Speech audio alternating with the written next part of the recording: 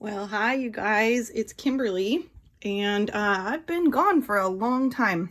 I've had people asking me if I'm going to get back to Bible journaling and doing things on this channel, and apparently it takes a global pandemic to get me here, but I'm here. And honestly, it has nothing to do with not wanting to create content and things like that. I did a video on being divorced, and that divorce, honestly, really leveled me quite emotionally and spiritually. And for a long time, I just believed I didn't have anything to give back to you guys. But I've been climbing out of that hole. And I'm here today because I want to talk about the grief and anxiety that people are going through during this COVID-19 crisis. So I pulled up my Bible and a cup of coffee with my Keep Calm and Carry On mug, which I thought was highly appropriate for this time. Let's take a sip. Yes, coffee is good. And let's talk about how to deal with difficult emotions during this time and in the context of our faith, right? I see so many people so many times talking about that we're strong and that God is good and that God protects us and that we can have faith and joy and hope and all these things. And yes, all of that is the absolute truth. But I really appreciated a message that Max Lucado, pastor out of San Antonio, Texas, that he put out yesterday, which would have been the 23rd of March, if you want to go look on his timeline for that. He talked about having a meltdown with God and that that's okay, and having a meltdown in your life and crying or getting upset or being angry at God. And he took us back to the book of Lamentations, which I think a lot of us Christians kind of forget about. I think maybe sometimes out of not knowing what to do with negative emotions, we try to pretend they don't exist, or we think we have to get past them very quickly. And I liked the balance that Max Lucado said. He was like, have your meltdown. Go ahead. It's okay. Just don't stay there forever, right? And he's a very positive pastor. His ministry is upwards, and so he's always providing a positive spin on things. So I thought it was fascinating today that he brought us to Lamentations. The whole book of Lamentations is written by Jeremiah, and it's basically Jeremiah complaining and being angry and not being able to see much of the upside to life, and him just expressing all that back to God. So I figured if Jeremiah can do it, we can do it too. So I wanted to turn to a verse or two in Lamentations here. Lamentations 3, because in Lamentations 3, there's a nice balance of being able to talk about the hardness of life and what's going on, but then turning back to God. So let's see, let's just look at chapter 3, verse 16. It says, he has made my teeth grind on gravel and has made me cower in the ashes. My soul is a benefit of peace. I have forgotten what happiness is. So I say, my endurance has perished. So has my hope in the Lord. Remember my afflictions and wanderings, the wormwood and the gall. My soul continually remembers it, and it's bowed down within me. But this I call to mind, and therefore I have hope. The steadfast love of the Lord never ceases, and his mercies come to an end. They are new every morning. Great is your faithfulness. The Lord is my portion and my soul. Therefore I will hope in him. The Lord is good to those who wait for him, and to the soul who seeks him.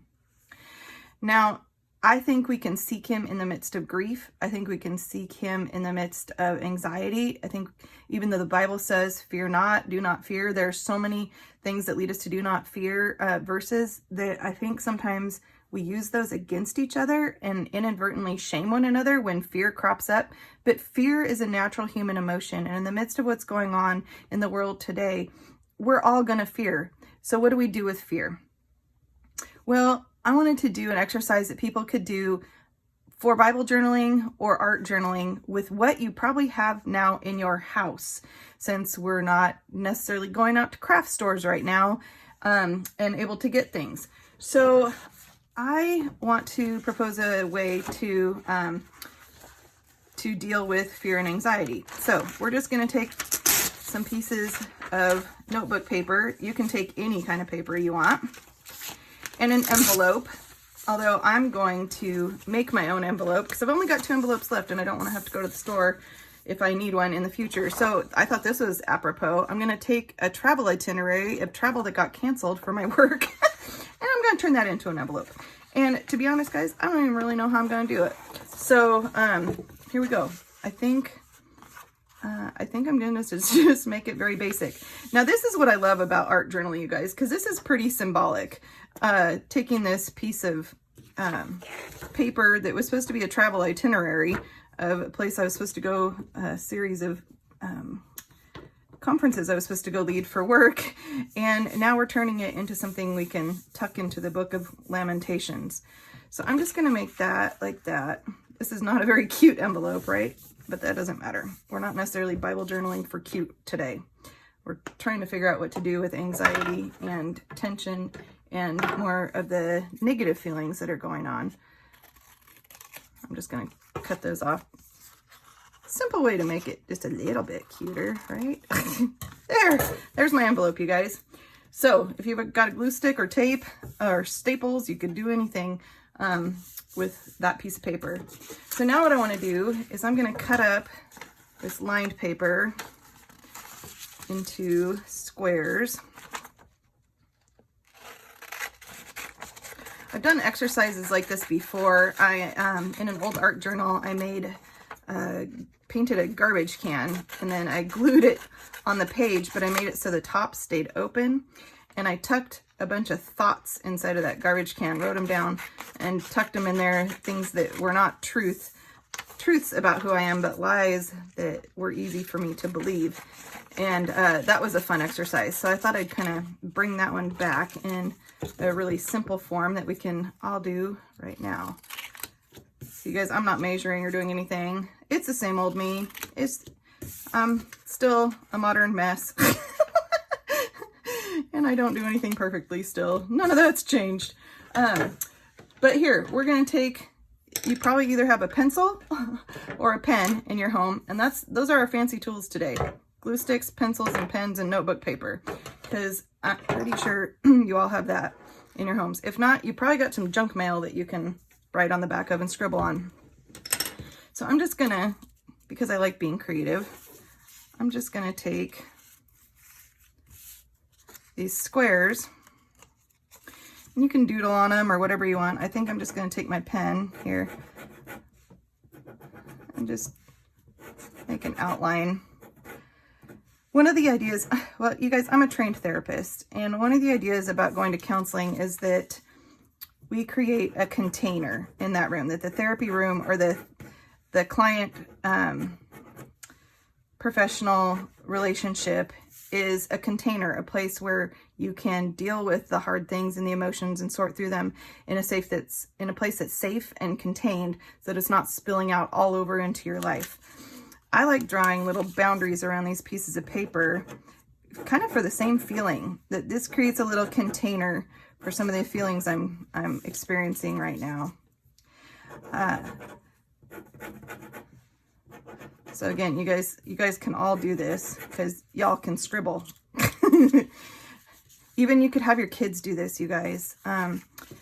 This would be really simple for kids to do if you have any kids that are experiencing frustration. I know high school and college seniors, this is really a trying time. I've got a senior in college who's quite disappointed and upset, and rightfully so, that his last term at college is now going to be all online. And he may not get to do all the fun things that they do in his small department at his school. And so that just is really frustrating for all of us, and heartbreaking as parents to watch our kids go through that. But if your kids are going through frustrating times, not being able to see their friends, this is another way to help them express their emotions too. Okay, so what I'm thinking is that we can write down all the emotions that we really don't know what to do with, or thoughts that we're having that we don't know what to do with, questions we have, things we'd like to say to God but maybe are afraid to. And then we can tuck them in this envelope and stick that in the Book of Lamentations and just leave it there, because all these emotions really are hard to deal with, and all these thoughts really are confusing. And ultimately, most of them we don't have any control over. And so the best thing we can do is give it to God. So I'm just going to give it to God in my little old homemade envelope here and see what we've got. So let's put down grief over lost opportunities for our kids.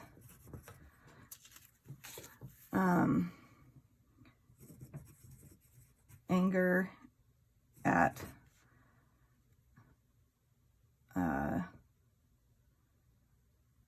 well, that's a good question, you guys. I was thinking anger at the virus for sure, and the fallout from it. Let's do worry about the future.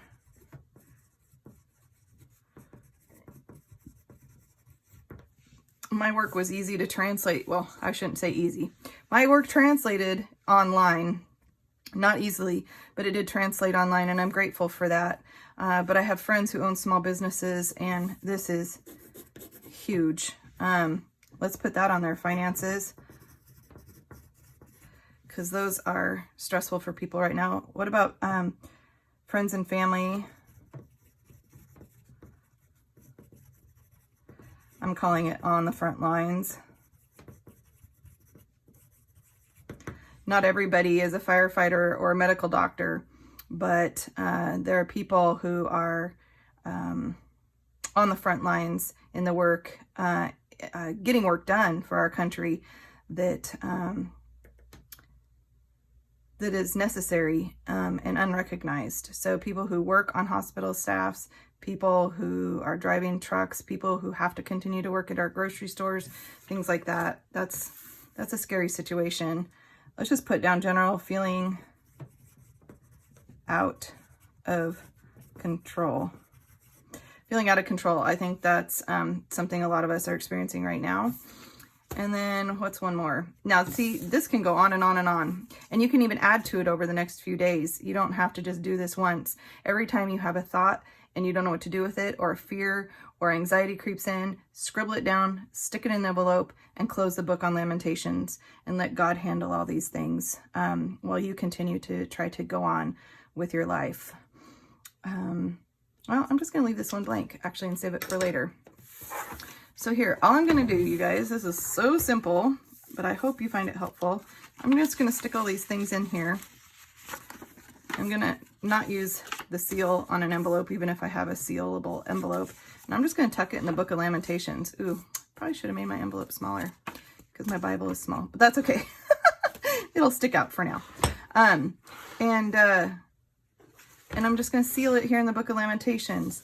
Now, what's going to be interesting is keeping this envelope for like a year and coming back to it a year later and seeing how everything went down over the last year. See how God helped me manage these emotions. See what happened looking back, and it can become your own living testimony too of how God helped you get through this anxious time.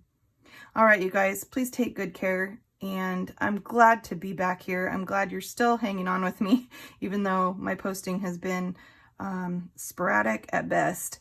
And I just wish you all the biggest of blessings. Bye.